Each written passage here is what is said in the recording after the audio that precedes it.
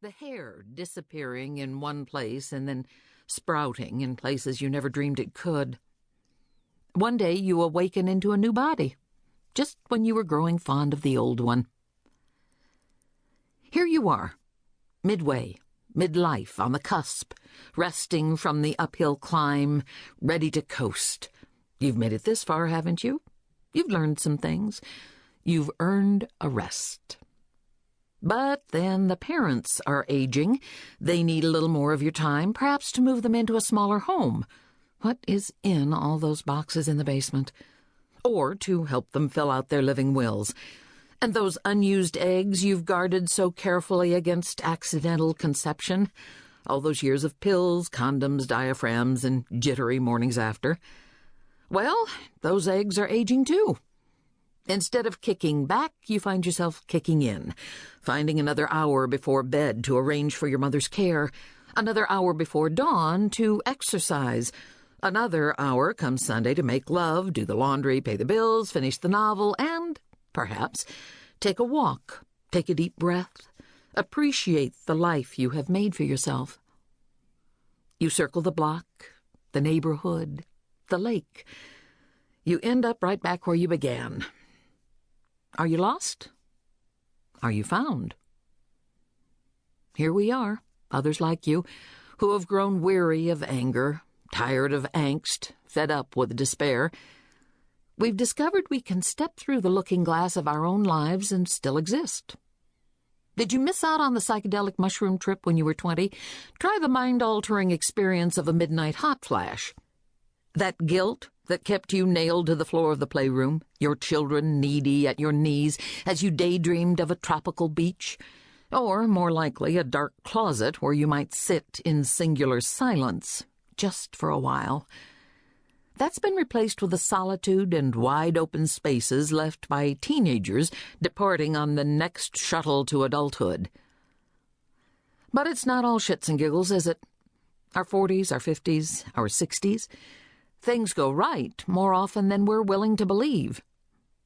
Things go wrong. Maybe it seems that you are living your life in reverse, like Antonia Nelson, say, who was born to worry, burdened with that paradoxical combination of a hyperactive imagination for catastrophe, coupled with a physically exhausted affect.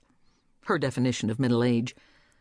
Or perhaps you've waited, chosen your partner so carefully, picked just the right time in such a mature and responsible manner, only to discover, as Lolly Winston did, that your body and your ovaries have continued on down the road without you.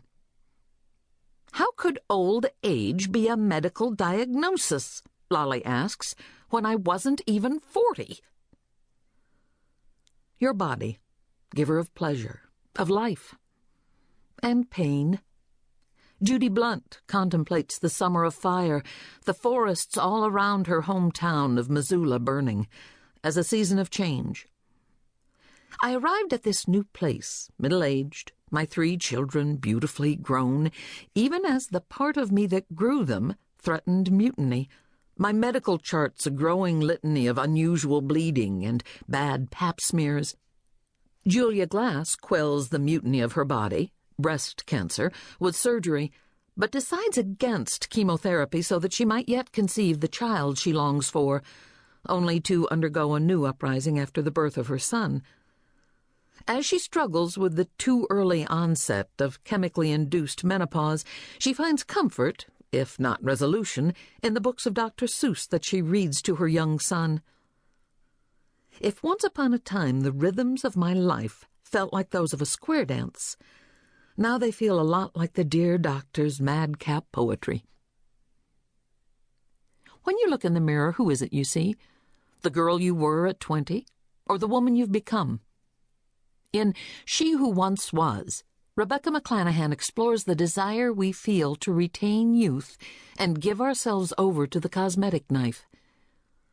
If aging is difficult for those who were only sometimes cute, she says, just imagine how hard it must be for the aging knockouts, the living dolls.